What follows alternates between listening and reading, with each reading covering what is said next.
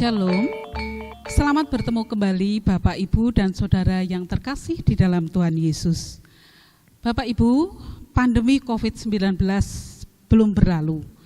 Banyak kegiatan yang tertunda atau bahkan mungkin tidak terlaksana, termasuk juga ibadah dan pelayanan di GKJ Pekalongan. Dan pada kesempatan ini berbahagia sekali Majelis GKJ Pekalongan mengadakan kegiatan sarasehan informasi pelayanan tahun 2019 dan program pelayanan tahun 2020. Dengan maksud bahwa pada kesempatan ini kami bisa menyampaikan berbagai informasi untuk kita bersama-sama mengevaluasi dan juga sebagai pengganti program SMGIT yang biasanya kita lakukan di setiap tahun. Bersama dengan saya hari ini sudah hadir Bapak Ibu narasumber yang siap untuk menyampaikan informasinya. Yang pertama, Ibu Setiandini Sugeng Rawuh Budini. Dan berikutnya Bapak Agus Priyohandoko Sugeng Rawuh, Pak Pendeta Dwi Argo Mursito, Bapak Budi Riono, Bapak Sujud, dan Bapak Budi Prananta. Bapak Ibu yang terkasih dalam Tuhan, narasumber yang pertama adalah Bapak Pendeta. Hari ini kami ingin bertanya Pak Pendeta, kami perlu tahu untuk acara sarasehan ini sebetulnya apa latar belakangnya, kemudian apa maksudnya, kemudian apa harapan yang ingin dicapai oleh gereja dari sarasehan saat ini. Monggo Pak Pendeta. Nggih, matur nuwun Bapak Ibu, Saudara, dan juga anak-anak yang terkasih di dalam Tuhan. Mengapa GKJ Pekalongan perlu mengadakan acara seperti ini? Ya kita sarasehan, ngobrol bareng, ngobrol santai. Itu kan maksudnya adalah supaya gereja tetap menjalin komunikasi dengan segenap warga GKJ Pekalongan, baik di Pekalongan maupun yang ada di luar kota, dimanapun panjenengan berada. Mengapa demikian? Karena kami berpikir bahwa komunikasi, informasi itu penting untuk dijalin agar kita semakin erat bersekutu. Ya meskipun pandemi COVID-19 terpaksa harus memisahkan kita dari berbagai kegiatan pertemuan dan persekutuan. Nah, namun saya ingin berbagi satu hal Bapak Ibu dan Saudara, dalam situasi yang tidak mudah dan dalam situasi yang krisis seperti ini, kita tetap harus berjalan dalam rangka mengerjakan tugas-tugas kita di tengah pelayanan di gereja. Meskipun ada berbagai macam masalah di dunia ini, tetapi gereja tidak boleh berhenti melayani kan begitu ya. Namun kita harus terus bekerja untuk Tuhan. Maka barangkali baik kalau kita sejenak mengingat firman Allah. Ini saya bacakan satu ayat yang merupakan ucapan Yesus yang waktu itu dia sedang ngobrol dengan seorang perempuan dari Samaria. Kita tahu bahwa Samaria itu adalah orang-orang yang ketika menyembah Allah itu di bukit tertentu, dan orang Yahudi ketika menyembah Allah di Yerusalem gitu ya, mereka punya dua tempat ibadah yang berbeda. Namun menarik pesan dari Gusti Yesus, dia berfirman begini dalam Yohanes 4 ayat 24, Allah itu roh, dan barang siapa menyembah dia harus menyembahnya dalam roh dan kebenaran. Jadi Allah itu roh pada esensinya gitu ya. Siapapun yang menyembah Allah itu menyembah roh, menyembah dalam roh dan kebenaran. Artinya nyembah Gusti Allah itu tidak terbatas pada ruang-ruang tertentu, tempat-tempat tertentu, atau waktu-waktu tertentu. Ya seperti roh, Allah itu maha hadir dimanapun berada. Maka sekalipun gedung gereja tidak bisa dipakai seperti biasanya secara normal, namun dimanapun kita berada sebenarnya kita sedang menyembah Allah. Menyembah Allah dalam roh berarti seperti roh yang punya kebebasan, kelincahan, ya dalam pelayanan juga seharusnya seperti itu. Ada kreativitas yang kita wujudkan sebagai gereja tetap untuk melayani Allah. Nah rasanya GKJ Pekalongan sudah mencoba untuk melakukan berbagai macam inovasi dan kreativitas sehingga ketika melayani Tuhan itu tidak hanya kaku, harus di gereja, harus di tempat tertentu kan begitu ya, tetapi bisa dengan banyak cara. Nah meski demikian menyembah Allah dalam roh bukan berarti kemudian sakarepe dhewe terus bebas dan kita tidak terkendalikan begitu ya. Maka Yesus mengatakan menyembah dalam roh dan kebenaran. Jadi tetap harus didasari oleh kebenaran firman Tuhan. Nah, rasanya dalam semangat itu GKJ Pekalongan terus punya kreativitas tapi tetap didasari oleh prinsip-prinsip kebenaran ketika melayani Tuhan. Maka aksi-aksi pelayanan tetap dijalankan, namun kan barangkali tidak semua warga gereja atau belum semua itu memahami situasinya dan memahami perkembangannya. Nah, maka kita hari ini berkumpul dalam rangka ngobrol-ngobrol bareng, ada poin-poin penting yang perlu disampaikan oleh para majelis kepada warga gereja sehingga ada timbal balik nanti saling mendukung dan saling mensupport. Kira-kira begitu Bu Agus ya, dasar dari pertemuan ini. Matur nuwun. Terima kasih Pak Pendeta yang sudah menyampaikan tujuan diadakannya Sarasehan untuk pelayanan, laporan pelayanan tahun 2019 dan program pelayanan di tahun 2020. Bapak Ibu sekalian, seperti kita ketahui bersama bahwa buku untuk laporan kegiatan sudah dibagikan, sudah dicetak. Akan tetapi mohon maaf karena terkait dengan pandemi maka tidak bisa terdistribusikan dengan baik. Maka dengan demikian marilah kita bersama-sama memaklumi dan kemudian juga mempelajari sehingga bisa tetap ada laporan walaupun kita sampaikan secara singkat seperti ini ya Pak Pendeta ya. Nah, sekarang untuk yang pertama ini kami ingin bertanya kepada yang Pak Agus ini terkait dengan Sekretariat Gereja Pak Agus. Untuk masa sekarang ini bagaimanakah tentang pencatatan statistik gereja Pak Agus? Karena di buku pelayanan kan biasanya tertulis ada yang lahir berapa, kemudian ada kematian, kemudian ada yang menikah dan lain sebagainya. Lah untuk selama masa pandemi ini, terus pundi Pak Agus, monggo. Iya, terima kasih. Bagaimanapun keadaannya, maka gereja tetap melaksanakan tugasnya. Seperti yang telah tadi diutarakan oleh Pak Pendeta bahwa gereja tetap harus jalan terus. Maka dari itu semua yang terjadi, semua yang bersangkutan dengan warga, sekretaris gereja tetap mencatat, menerima laporan, mengarsipkan dan sebagainya. Walaupun keadaannya saat ini masih seperti ini. Jadi sekretaris gereja dibantu oleh petugas kantor ini tetap mencatat segala peristiwa yang terkait dengan administrasi gereja maupun menyangkut kehidupan warga gereja. Jadi seperti itu, jadi tetap kita laksanakan. Jadi warga jangan terus takut, wah ini nanti tidak dilayani di gereja. Tidak, gereja tetap buka, gereja tetap melayani, majelis tetap siap untuk menampung segala permasalahan yang dihadapi oleh jemaat. Demikian sementara. Terima kasih Pak Agus. Nah sekarang begini, andaikan ada warga gereja yang sudah berencana untuk menikahkan putranya, tentunya wis digadang-gadang awit mbiyen wah sesuk tanggal semene ternyata ada pandemi seperti ini. Apakah gereja akan tetap melayani atau ditolak nanti nikahnya besok saja kalau pandemi sudah usai? Monggo. Iya. Masalah tentang misalnya ada warga gereja yang ingin membaptiskan putranya, sidi ataupun menikahkan putranya, ini kalau memang bisa ditunda, ya gereja mohon untuk ditunda. Tetapi kalau memang itu harus segera, maka gereja saya kira untuk mengusahakan bagaimanapun caranya dan tetap akan dilaksanakan atau akan dilayani walaupun dengan keterbatasan. Misalnya pesertanya yang datang ke gereja hanya dibatasi berapa orang, atau kalau bisa memang sangat minim ya anggota yang datang di gereja.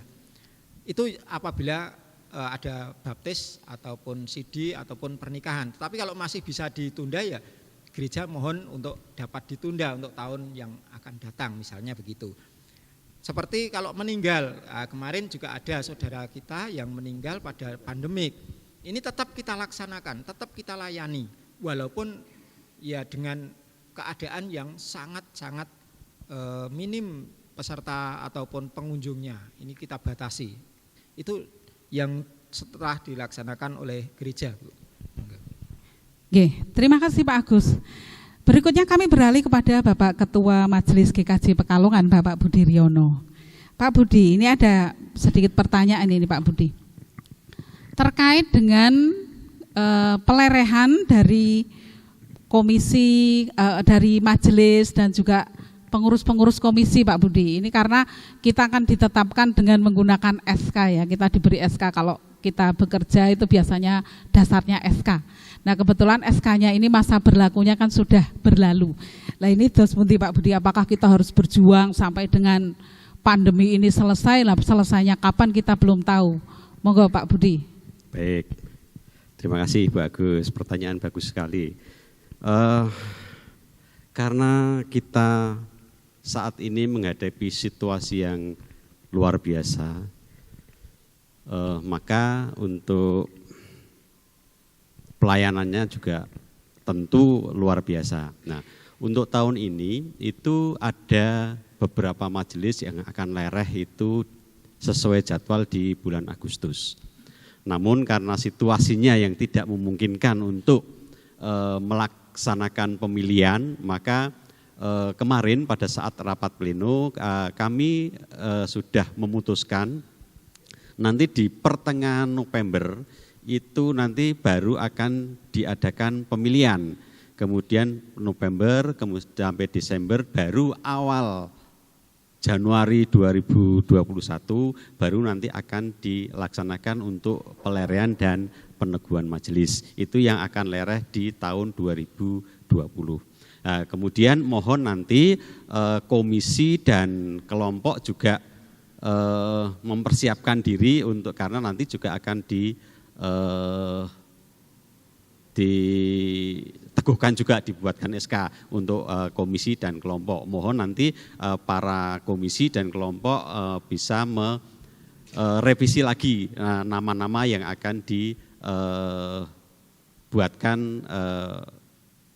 surat kepengurusan itu. Nanti di awal tahun di Januari 2021. Ngaten Bu Agus. Lebih jelas, jadi Bapak Ibu yang terkasih, bahwasanya untuk kepengurusan dan juga untuk majelis ini masih untuk sementara masih dimohonkan untuk melaksanakan pelayanan sampai dengan Desember, sehingga nanti pada awal Januari tahun 2021 harapannya adalah sudah bisa digantikan dan sudah ada pergantian pengurus, serah terima dan lain sebagainya. Berikutnya Bapak Ibu yang terkasih dalam Tuhan, dalam sebuah organisasi apapun, kita ingat bahwasanya ada pepatah yang mengatakan jerbasuki mawa beo, artinya semua kegiatan itu pasti ada sangkut pautnya dengan dana atau keuangan. Nah, dalam hal ini bagaimana dengan kondisi keuangan kita di tahun 2019 dan bagaimana programnya di tahun 2020. Bersama dengan ini kami akan memohon keterangan kepada Ibu Setiandini. Bagaimana dengan kondisi keuangan gereja di tahun 2019, Bu Dini? Jangan-jangan gereja tombok ini bahaya. Monggo Bu Dini. Nggih, matur nuwun Bu Agus. Untuk kondisi keuangan tahun 2019 secara garis besar terpenuhi setiap kebutuhan di tahun 2019. Penerimaan di tahun 2019 sebesar 105,89%. Jadi dari anggaran penerimaan yang dianggarkan itu kita mencapai 105,89%. Jadi melebihi yang dianggarkan. Nah, kemudian pengeluaran di tahun 2019 mencapai 101,79%. Saya ulangi, 101,78%. Sehingga masih ada saldo di tahun 2019. Kami selaku bendahara dan juga Majelis GKJ Pekalongan tentu mengucapkan banyak terima kasih kepada setiap warga yang telah ikut berkontribusi di dalam memberikan persembahan sehingga pelaksanaan program-program di GKJ Pekalongan dapat berjalan dengan lancar.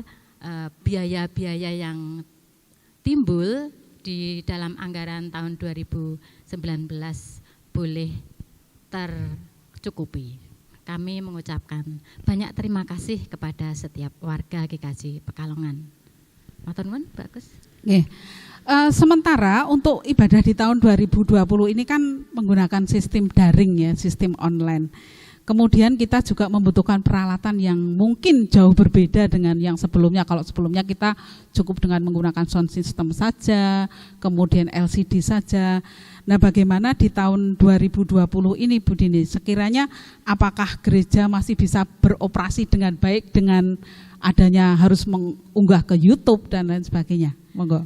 Nggih, bagus. Untuk tahun ini, tahun 2020 ada pandemi corona,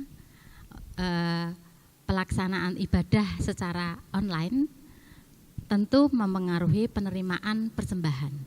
Memang menurun, tetapi masih bisa mencukupi kebutuhan dalam penyelenggaraan ibadah di GKJ Pekalongan.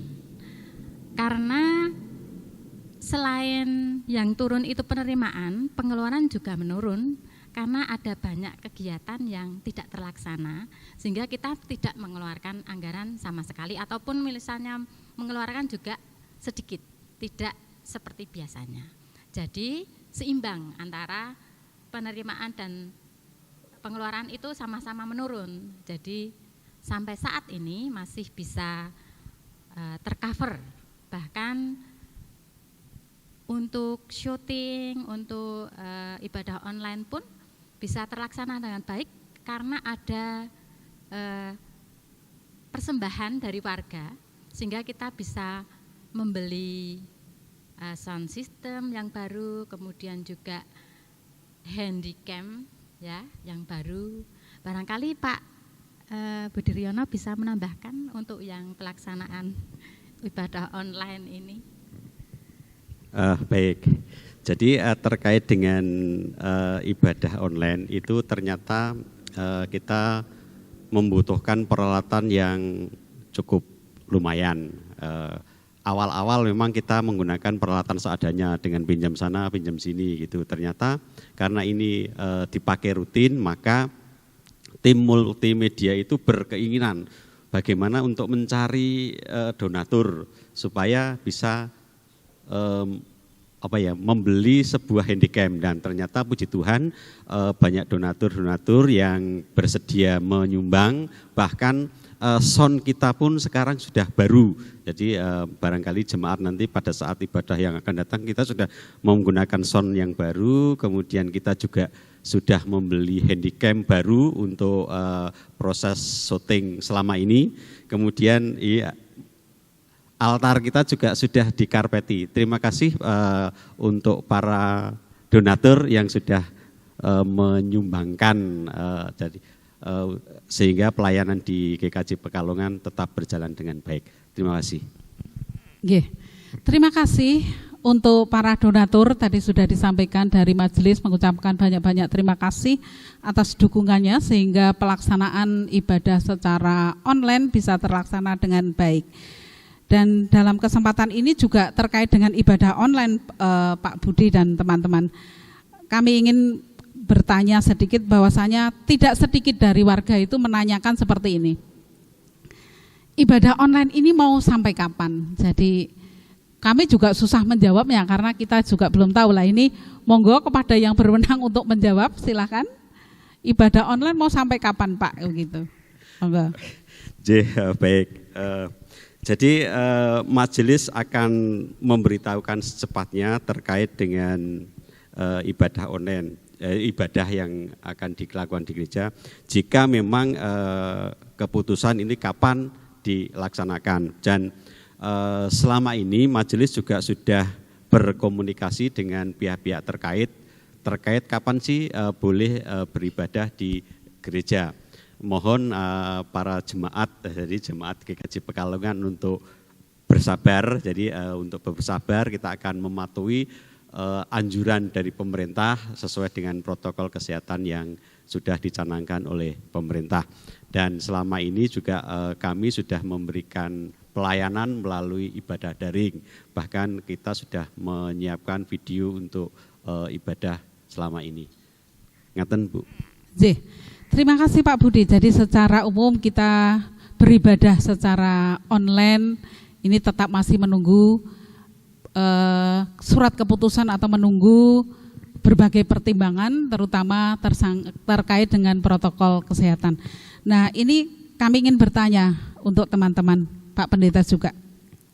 Apakah ada aturan atau himbauan dari sinode selaku lembaga di atas kita yang memperbolehkan atau menganjurkan kapan ibadah online itu boleh dilaksanakan? Monggo.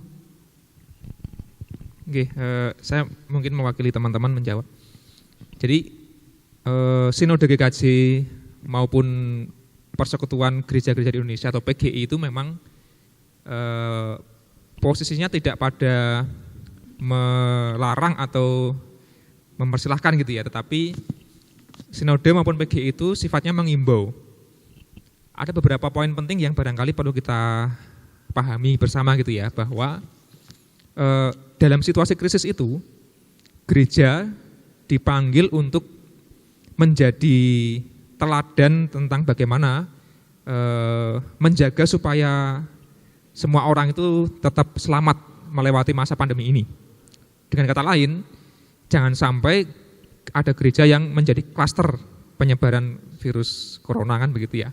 Makanya memang PGI dan Sinode GKJ memberikan wanti-wanti gitu ya, supaya hati-hati betul ketika memutuskan kapan dimulai ibadah on-site atau di gedung gereja kembali.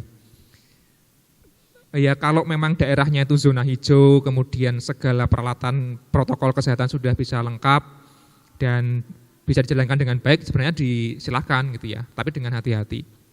Tapi kalau memang mencermati kurva masih naik, kemudian daerahnya belum zona hijau, itu memang Sinode memberikan imbauan supaya berkonsultasi kepada pihak-pihak yang paling mengerti situasi ini kan begitu ya. Kan kita enggak semuanya pakar dalam hal itu, maka kita harus berkonsultasi. Nah rasanya gereja perlu memahami posisi itu, sehingga tidak sekadar, pokoknya aku pengen ibadah nang gereja, nek ibadah ranang gereja ini berarti ora sah kan begitu ya. Sebenarnya ya sah juga kan, Allah itu roh tadi. Ketika kita di rumah beribadah, dimanapun kita beribadah ya kita menyembah Allah sebenarnya. Ya memang kita semua punya kerinduan, memang tidak ada yang bisa menggantikan ibadah di gedung gereja. Tapi kalau kita ingat sejarah gereja itu dulu, gereja mula-mula juga ibadahnya di tempat-tempat tersembunyi, di makam-makam, bahkan dikejar-kejar oleh penguasa. Jadi memang kita perlu meneladani juga bahwa meskipun tidak bisa ibadah secara normal dan ideal, tapi ya kita tetap beribadah kepada Allah sebenarnya gitu. Ngaten Bu Agus. Demikian penjelasan bahwasanya kenapa gereja belum segera dibuka, kenapa kita belum segera melaksanakan ibadah di gereja. Ternyata ada himbauan juga dari sinode untuk tetap mempertimbangkan keselamatan dari jemaat.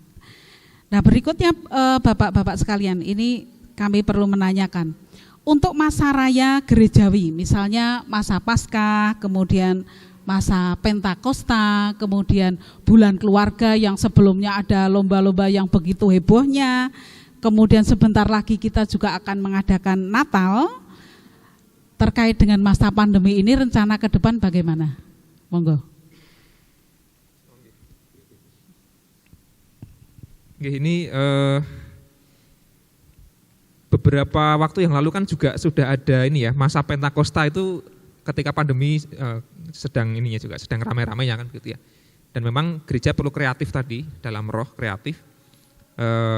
LPPS sudah menyediakan bahan-bahan yang sangat bagus, itu kan eman-eman kalau tidak disajikan kepada para gereja. Namun karena keterbatasan waktu dan kesempatan untuk kumpul-kumpul kan masih harus hati-hati, maka bahan-bahan itu tetap disajikan dalam bentuk yang lain, yang lebih kreatif dalam media online itu, daring. Seperti kemarin di masa Pentakosta itu kan ada sarasehan talk show kayak gini ya Bu ya. Itu harapannya tetap menyampaikan pesan dari bahan itu tanpa harus kumpul-kumpul seperti dulu. Nah, sebentar lagi akan ada bulan keluarga, lalu juga masa Advent Natal gitu ya. Ya semoga nanti pandemi sudah bisa turun dan kita sudah bisa beraktivitas.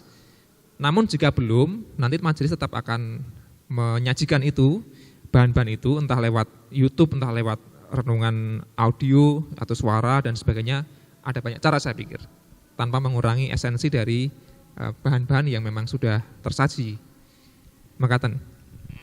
Ya, besar harapan kita sekalian bahwasanya pandemi ini segera berakhir Bapak Ibu, sehingga kegiatan pelaksanaan perayaan ibadah ada di gereja kita bisa bertemu untuk merayakannya. Terkait dengan kegiatan komisi yang ada di GKJ Pekalongan ini, kalau kita lihat di masa sebelumnya, kita dari Komisi Anak sudah menyelenggarakan berbagai macam lomba online ya. Ada poster, ada membuat telur Paskah dan lain sebagainya.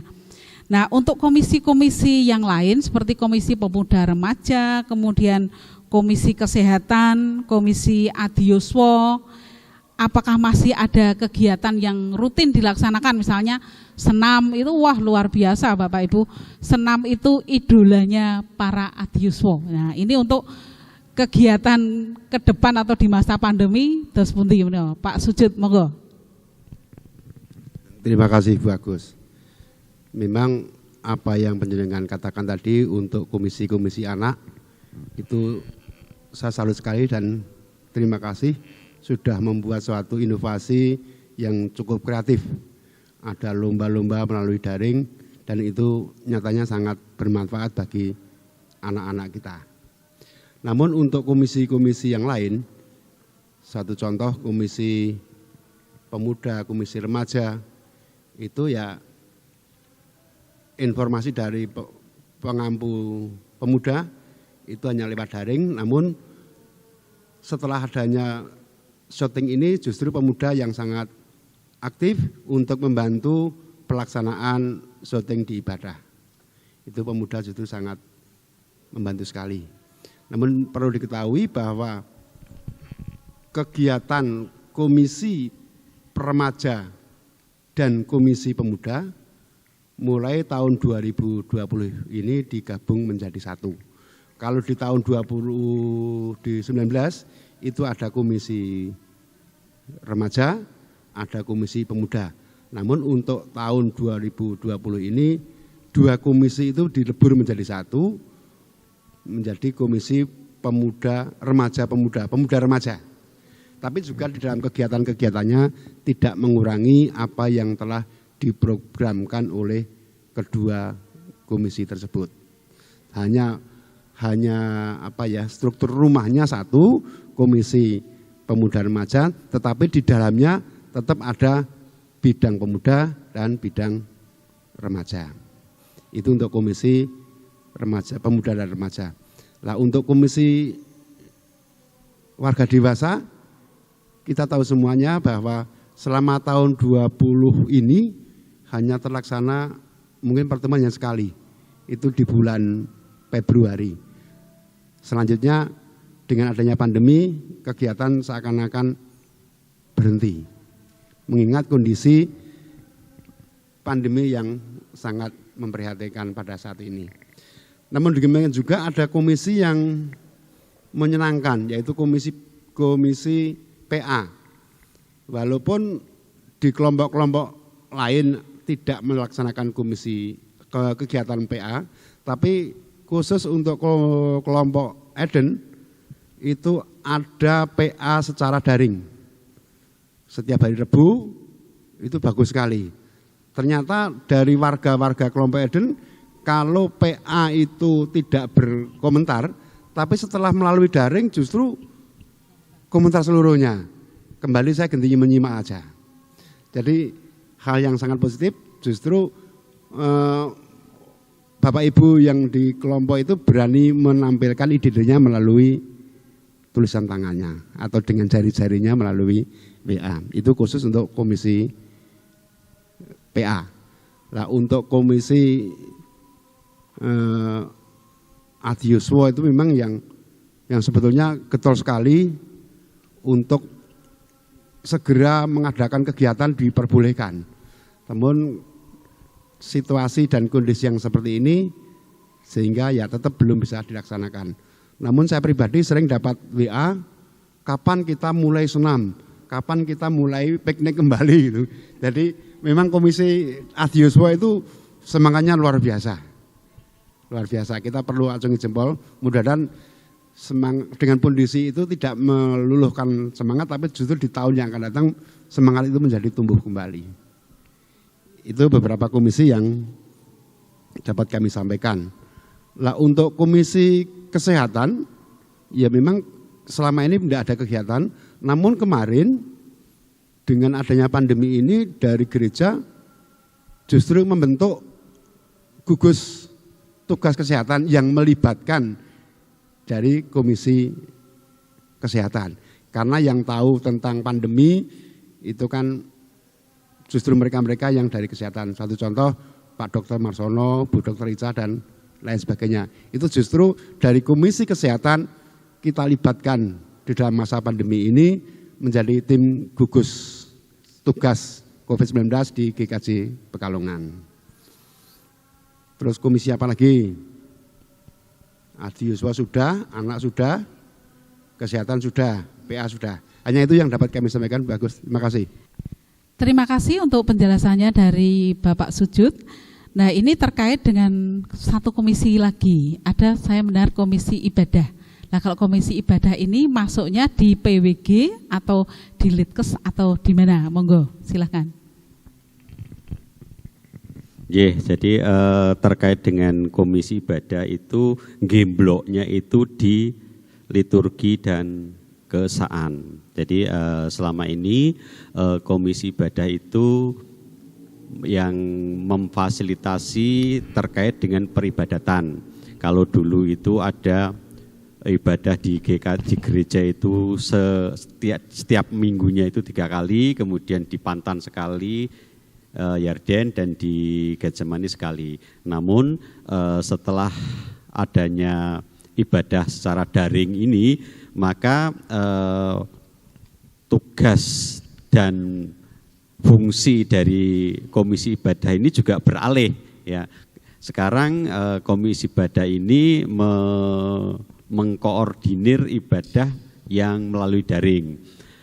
Karena ini melalui daring, maka dengan adanya ibadah daring ini terbentuklah komisi yang baru, yaitu Komisi Multimedia yang dipandegani oleh Pak Triatmo Widodo, gitu ya. Nah, itu juga puji Tuhan dengan adanya tim multimedia ini sekarang gereja juga punya banyak inventaris tambahan kan gitu. Yang tadi sudah kami sebutkan, ada sound, ada mixer yang baru, kemudian ada handycam, kamera yang dipanggul itu ya, sehingga pelaksanaan gambarnya, pengambilan gambarnya itu kita lebih bagus. Semakin lama semakin bagus, dan terima kasih kepada jemaat yang sudah memberikan donasinya untuk mewujudkan impian dari tim multimedia ini, sehingga kegiatan syuting daring ini untuk ibadah daring ini dapat berjalan dengan baik dan hasilnya juga luar biasa untuk GKJ Pekalongan. Ingatan Bu, barangkali ada tambahan dari Pak Nito. Monggo Pak Pendeta. Oke, saya ingin memberikan apresiasi kepada Komisi Ibadah dan juga ditemani oleh tim multimedia yang selama ini bekerja dengan luar biasa gitu ya. Saya kan memantau dari awal, dulu ketika pertama bikin video itu kan cuma pakai HP gini, disyuting terus suaranya ora cetor dan sebagainya lah, cuma terbatas sekali. Tapi lama-lama kemudian beberapa teman bergabung, lalu peralatan semakin baik, lalu jadilah video ibadah yang kemudian semakin lama semakin baik. Dan saya pikir ini menjadi sebuah contoh bahwa di masa-masa krisis justru muncul kreativitas yang sangat banyak dari komisi ibadah dan juga tim multimedia. Lalu apresiasi berikutnya itu begini, video ibadah kita itu tidak hanya dipakai oleh warga GKJ Pekalongan, namun juga diminta linknya itu oleh orang dari berbagai macam kota gitu ya. Nah itu artinya menjadi bukti juga bahwa kita berhasil memberikan pelayanan dan kesaksian kepada sebanyak mungkin orang. Kan sekarang media online kan bisa dilihat oleh wong sak donya kan begitu ya. Nah itu menjadi sesuatu yang penting. Dan memang sudah saatnya gereja mengambah pelayanan tidak hanya di dunia offline, luring, namun juga di media online, di medsos. Sudah juga ada Instagram sekarang, jadi ini perkembangan-perkembangan yang positif yang perlu diapresiasi. Ngaten tambahan saking kula matur nuwun. Terima kasih, semoga ke depan pelayanan kita via daring ini tetap akan eksis selalu dan tetap yang menjadi yang terbaik ya, sehingga warga kita tetap terlayani dan juga berguna bagi masyarakat yang ingin beribadah dengan menggunakan liturgi yang dari GKJ Pekalongan. Kembali ke Pak Budi Riono selaku Ketua Majelis, Pak Budi. Bagaimana dengan kegiatan-kegiatan di kelompok Pak untuk selama masa pandemi COVID-19 ini? Monggo Pak Budi. Baik, jadi untuk kegiatan-kegiatan yang di kelompok yang sifatnya kumpul-kumpul sebaiknya untuk saat ini ya dihindari dulu. Jadi jangan dilaksanakan dulu kecuali jika nanti sudah dirasa cukup aman, kemudian dengan jumlah ya yang terbatas, kemudian tetap mematuhi protokol kesehatan. Itu nanti dapat dilakukan. Nah, persekutuan kelompok itu juga bisa dilaksanakan atau tetap dibina melalui media daring. Tadi Pak Sujud juga sudah menyampaikan bahwa di kelompok Eden itu PA-nya menggunakan media WA. Lah barangkali nanti di kelompok-kelompok yang lain juga bisa ditiru. Jadi yang baik bisa diambil, diadop sehingga nanti di kelompok-kelompok yang lain juga bisa melaksanakan PA melalui WA secara daring. Ngaten Bu. Bapak-bapak narasumber yang kami hormati, di sini saya tertarik dengan Komisi Diakonia. Bagaimana kiprahnya Komisi Diakonia di tahun 2019 dan di masa pandemi ini? Monggo. Terima kasih Bu Agus. Jadi selama tahun 2019 ini Komisi Diakonia berjalan dengan baik, dalam arti bahwa apa yang dilakukan kegiatan-kegiatannya berjalan dengan baik, yaitu menyalurkan santunan-santunan kepada warga-warga gereja, kemudian memberikan beasiswa bulanan kepada anak-anak kita di warga gereja, itu tetap berjalan dengan baik. Bahkan di tahun 2019 itu kita pun menyalurkan bantuan-bantuan dari sinode, baik itu bantuan ROB ya, karena kita tahu bahwa di Pekalongan ini pun kita terdampak ROB. Nah dari situ sinode memberikan bantuan kepada GKJ Pekalongan. Untuk itu GKJ Pekalongan kemudian menyalurkan bantuan-bantuan itu kepada warga-warga yang terdampak ROB. Dan di tahun 2020 ini kita memang mengalami pandemi.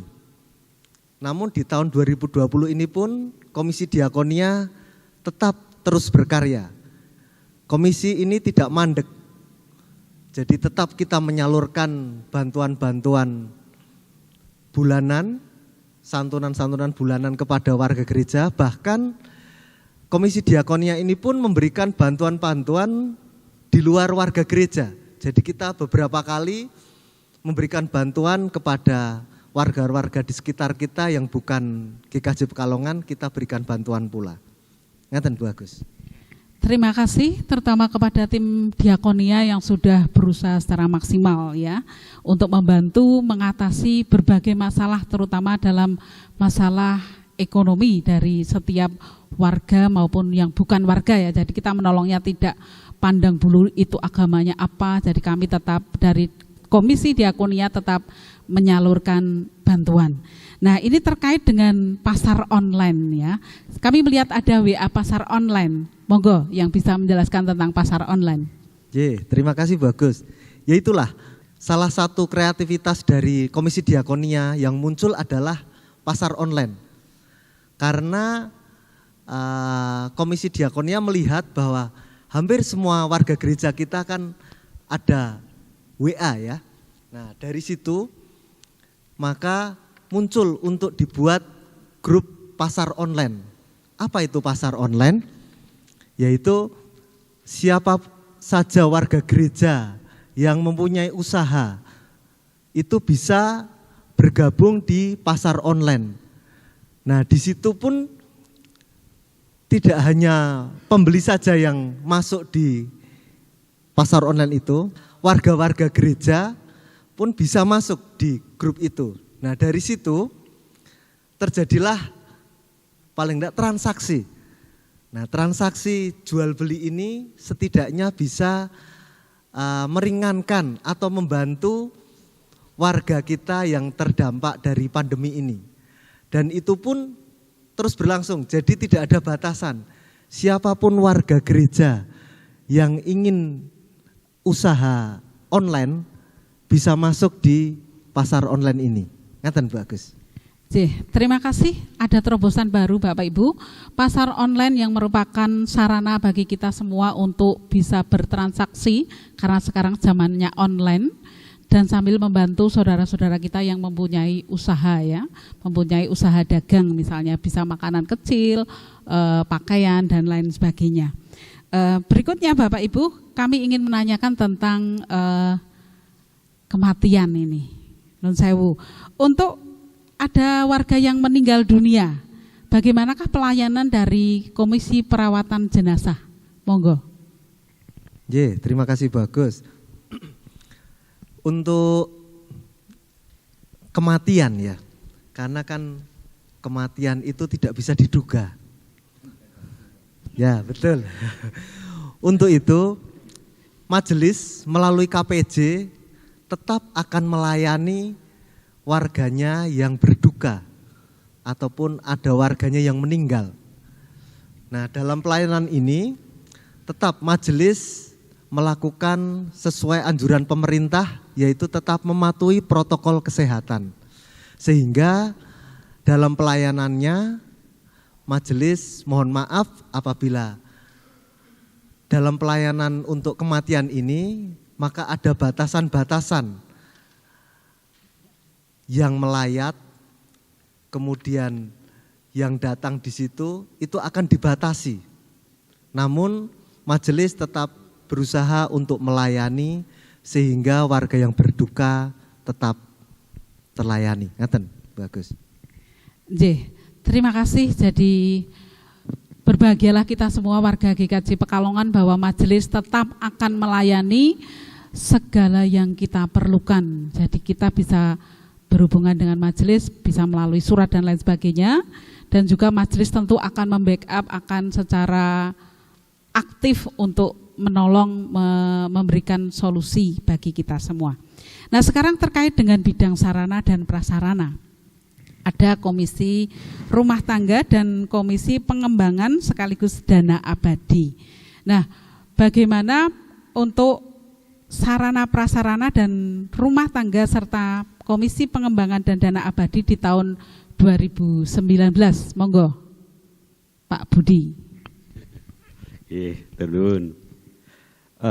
Terkait dengan bidang sarpras, untuk Komisi Rumah Tangga semua kegiatan program-program di 2019 berjalan dengan baik. Kemudian untuk Komisi Pengembangan ya, untuk Komisi Pengembangan di tahun 2019 ada beberapa capaian. Yang pertama di tahun 2019 kemarin kita sudah berhasil menyelesaikan studi S2 Pak Pendeta Dwi Argo Mursito MSI, ya MSI sekarang. Kemudian kita juga sudah selesai merehab pastori di tahun yang sama. Nah, kemudian di pertengahan tahun 2019 itu kita juga berhasil sudah selesai duwe gawe yaitu menikahkan Bapak Pendeta, yaitu Pak Pendeta Dwi Argo Mursito dengan Mbak Hesti Retnaningsih, ya, yang itu capaian untuk Komisi Pengembangan di tahun 2019. Kemudian untuk Komisi Dana Abadi, karena ini komisi Dana Abadi ini sifatnya hanya membackup, jadi membackup dana. Kemarin tahun 2019 membackup dana untuk Komisi Pengembangan. Jadi Komisi Pengembangan dananya belum cukup karena gaweane akeh gitu ya, ragate akeh, maka di backup oleh dana abadi. Ngaten Bu Agus. Berikutnya untuk sarana prasarana yang ada ini Pak Budi. Selama ini kan gereja tidak berfungsi secara maksimal, artinya tidak dipakai untuk ibadah. Lalu bagaimana untuk pemeliharaan gedungnya Pak? Apakah ya tetap dirumati, dipel, kemudian termasuk taman-tamannya, ini bagaimana? Mungkin banyak sekali warga yang tidak sering ke gereja jadi tidak tahu, monggo gimana selama masa pandemi ini? Terkait dengan inventaris gereja itu tetap kita rawat, jadi Komisi Rumah Tangga tetap melaksanakan aktivitasnya, yaitu merawat semua inventaris gereja, termasuk juga dalamnya gedung gereja ini tetap dirawat dengan baik. Ngaten. Terima kasih Pak Budi. Lalu untuk pengembangan, ini untuk dana pengembangan, kalau tidak salah kita sering atau dihimbau untuk memberikan dana pengembangan gereja. Lalu bagaimana kontribusi warga atau bagaimana motivasi warga dalam partisipasi warga dalam hal ini, apakah juga aktif untuk ngaturi dana pengembangan selama ini Pak Budi? Karena di tahun ini kan kita menghadapi situasi yang tidak biasa, yaitu pandemi COVID-19.